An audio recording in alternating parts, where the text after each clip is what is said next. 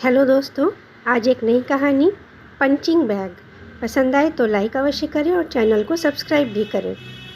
बेटा मानव घर में घुसते ही बोला, मम्मी जल्दी से कुछ खाने को दे दो। सुबह केवल सैंडविच खाकर ही गया था और आज कैंटीन भी बंद थी। भूख से बुरा हाल हो गया।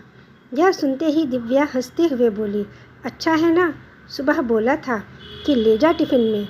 सब्जी तो बनी ही रखी थी, बस पराठा ही तो बनाना था। पर तब तुम्हें जल्दी थी भागने की, कुछ सुना ही नहीं। मानव बोला, ओफ़ो मम्मी, इतना लेक्चर मत दो। अपना ज्ञान ना अपने पास रखा करो। सुबह कौन सी अच्छी सब्जी बनाई थी जो ले जाता? अभी जो कहा है वो कर दो बस। और हाँ, रात में ढंग का खाना बनाना। पहले ही मेरा दिन अच्छा नहीं गया है, कहकर मानव कमरे में चला गया। दिव्या ने झटपट गरम गरम रोटी बनाई और खाना परोसकर उसके कमरे में आ गई। मानव पलंग पर आराम से सो रहा था। शायद थकान से उसकी आंख लग गई थी। दिव्या ने जाकर उसको प्यार से जगाने की कोशिश की ताकि वह खाना खाकर सो जाए, लेकिन मानव सहसा उठकर चीख पड़ा कि जब आंख लग गई थी तो उठाया क्यों तुमने? दिव्या ने सहज भाव से कहा, तुम्हें तेज भूख लगी थी, तुमने ही तो कुछ बनाने को कहा था।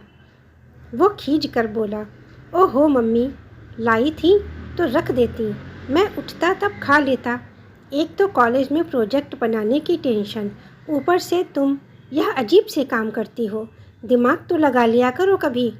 पापा सही कहते हैं, हमेशा उल्टे काम ही करती हो। दिव्या सकपका गई बेटे के शब्द सुनकर।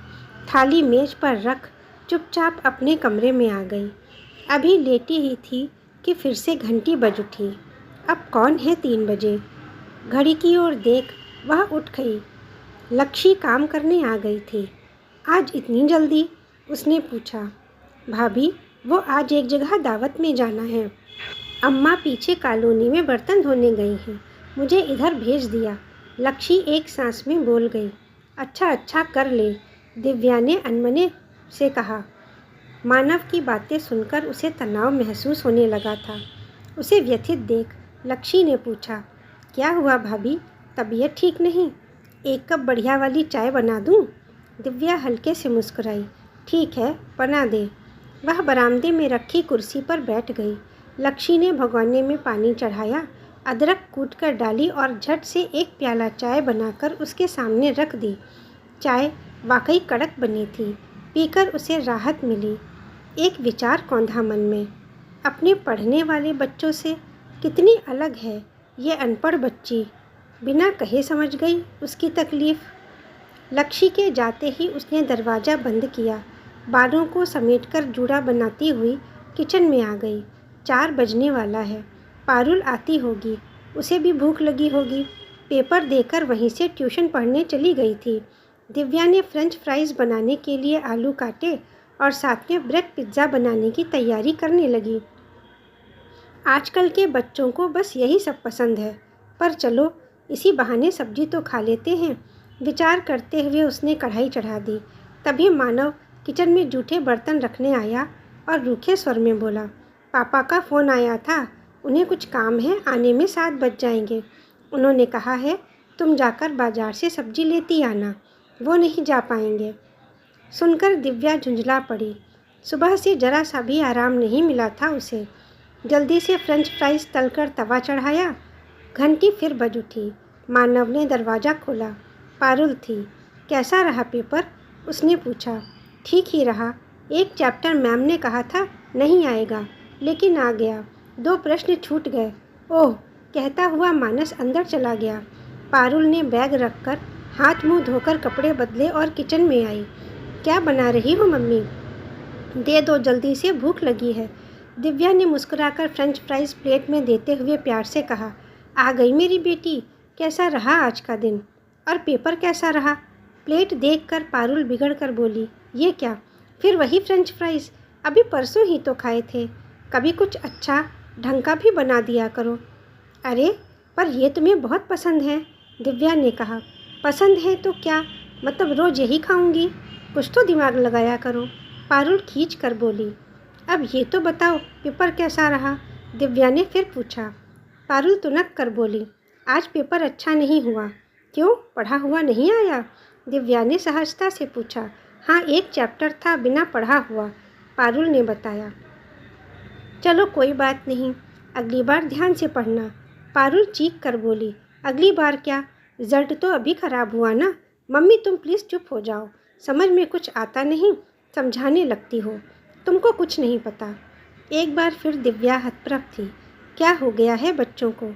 उसका बोलना समझाना कुछ पसंद नहीं करते। शिक्षित होकर सरल और विनम्र बनने के बजाय भावना शून्य होते जा रहे हैं। या मेरी परवरिश में ही दोष है? अब कुछ दोगी खाने को या भूखा रहना पड़ेगा? पारुल ने बड़ी बेरुखी से कहा।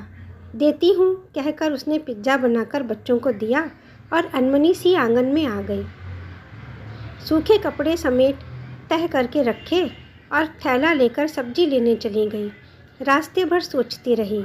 घर में पति एवं बच्चों को पूरा आराम और सारा काम अपने अनुकूल परफेक्ट चाहिए।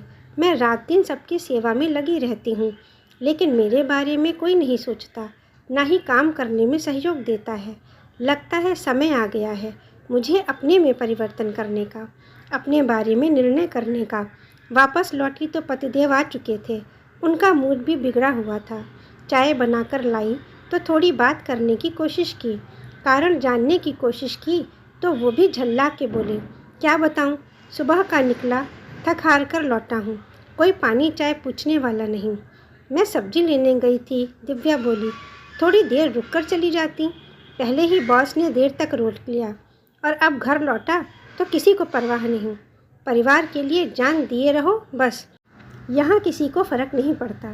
दरवाज़ा खुल गया, वही बड़ी बात है। दिव्या चुपचाप उठकर चली गई। आज कितने सालों से यही सब बातें सुनती आ रही थी वह। घर में उसकी स्थिति सबके अनुसार काम करने भर की थी। सबके प्रति उसकी जिम्मेदारी तो थी, परंतु उसके प्रति किसी की कोई जिम्मेदारी नहीं थी।